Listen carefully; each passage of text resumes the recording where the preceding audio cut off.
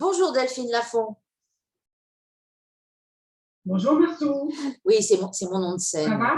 Oui. Alors, on parle de scène parce que Oui, justement, ouais. tu retrouves tes amours de comédienne puisque tu vas défiler dans haute couture. Qu'est-ce que c'est que ça? C'est une pièce, c'est un défilé de mode? Oui, alors je vais. Non, c'est pas du tout, c'est pas un défilé de mode. On va pas défiler, on va vous raconter l'histoire de la mode. Alors ça va être, il va y avoir une chronologie de Marie-Antoinette à Coco Chanel, voire à Lucia Prada. Donc c'est une pièce qui se veut historique parce qu'on va voyager dans le temps et le spectateur va rentrer dans la salle comme il visiterait un musée, avec un fil rouge qui sera Coco Chanel, qui sera le guide du musée de la mode. Voilà. Donc, ce n'est pas un défilé de mode, c'est bien plus que ça. Oui, je m'en doutais un peu. Mais d'ailleurs, qui a écrit la pièce? Alors, l'auteur, c'est une femme, elle s'appelle Laurence Villiers-Boutéon, elle vit ici et elle voulait rendre hommage aux gens de sa famille et notamment sa grand-mère qui était couturière. Et donc, elle a fait une recherche pour ça, elle a fait il y a une grosse recherche, hein, un travail d'une année à peu près de recherche parce qu'elle s'est attaquée quand même à un sacré morceau. Oui, oui, parce que là, elle fait concurrence à Stéphane Bern pour les côtés Voilà. historiques. Oui, Ouzou, ouais, c'est ça. Bah, écoute, elle est partie de Rose Bertin, ministre de la mode et marchande de mode, parce qu'à l'époque, la marchande de mode avait un vrai statut social et le vêtement avait vraiment une identité. Hein, comment on s'habillait, c'était important. Mais ça a évolué depuis les hommes préhistoriques, quoi. Là, peut-être qu'il y avait moins de recherche. Encore que, ils mettaient des bijoux. Hein. Ouais, c'est vrai, en os. Vrai. Donc, tu vois, la mode, c'est vraiment, c'est depuis la nuit des temps, finalement. Enfin, en tout cas, l'habillement. Et donc, Laurence est partie de ce point-là. En tout cas, elle a commencé à partir de Marie-Antoinette parce que à la cour, c'était quand même, et surtout Marie-Antoinette, dépensait des fortunes en, en toilette. Et chronologiquement, voilà, on remonte le temps jusqu'à Prada. Voilà. Donc, on va voir des personnages notoires. Déjà, revoir Coco Chanel sur scène, c'est quand même génial. Et puis, on va voir des personnages comme Jeanne Pouvin, actrice interprétée, Jeanne Paquin, qui est interprétée par Françoise, ma collègue comédienne aussi, Madeleine Vionnet, Elsa Schiaparelli, une créatrice de mode italienne qui était un peu la concurrente de Coco Chanel, elle n'était pas très copine. Donc voilà, tout ça, ça va. Et alors donc, justement, vous êtes combien sur scène pour faire défiler tous ces personnages?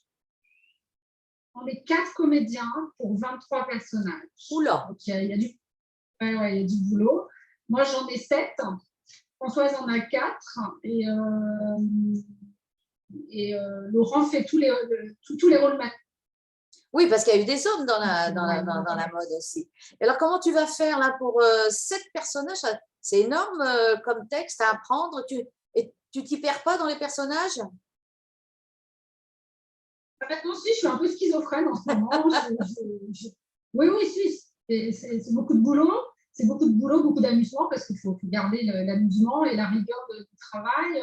Je dois vraiment les dénoter parce qu'ils sont vraiment tous différents. Donc, j'ai travaillé, en plus, moi, j'ai 2 Italiennes, Elsa Schiaparelli et Lucia Prada.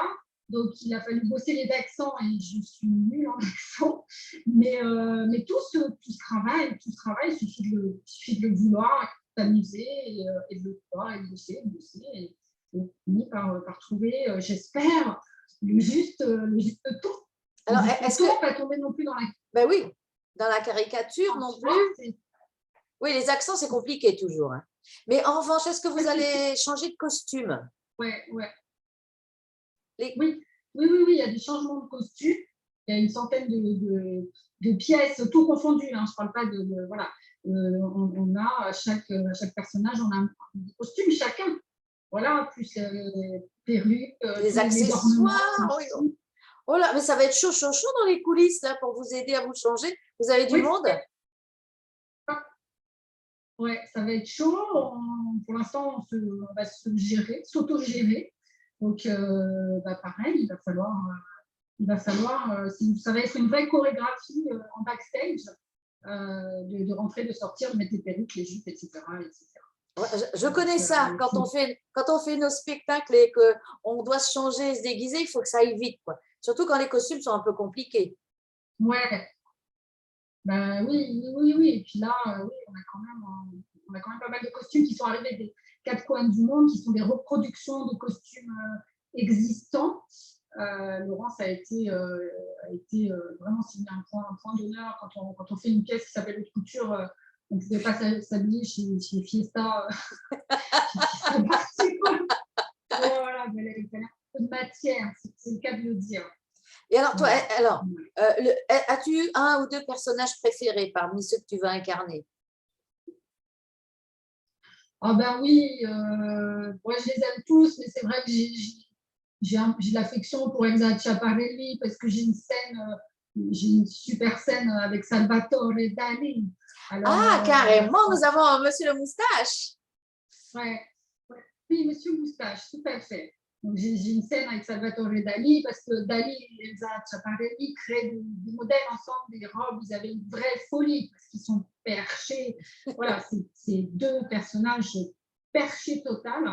Et Laurence a imaginé une scène géniale. Je ne sais pas d'où elle a sorti ça, mais c'est tellement réel que ouais, donc on s'amuse beaucoup. On s'amuse beaucoup sur cette scène notamment. Et c'est un personnage que j'ai plaisir à jouer, Elsa Schiaparelli. Mais les autres aussi, hein, Prada c'est la femme maîtresse, Prada. Mais c'est vrai que j'aime beaucoup Prada et j'aime bien les italiennes. Ah oui, voilà. Et les costumes, est-ce que tu en as un de prédilection? Parce que bon, tu peux avoir un personnage et un costume aussi différent. Une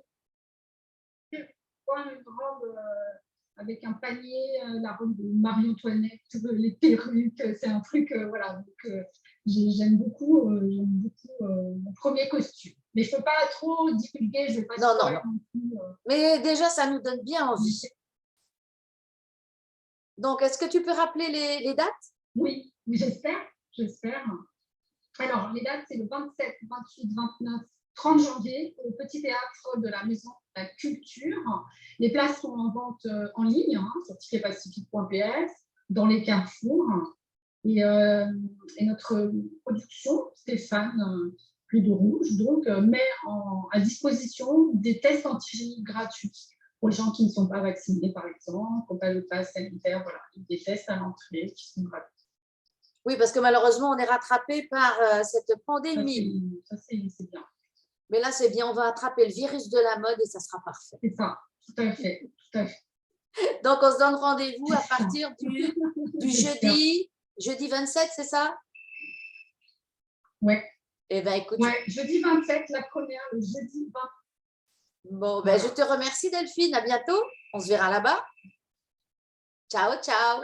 Arrivederci. Ciao, ciao, bambina.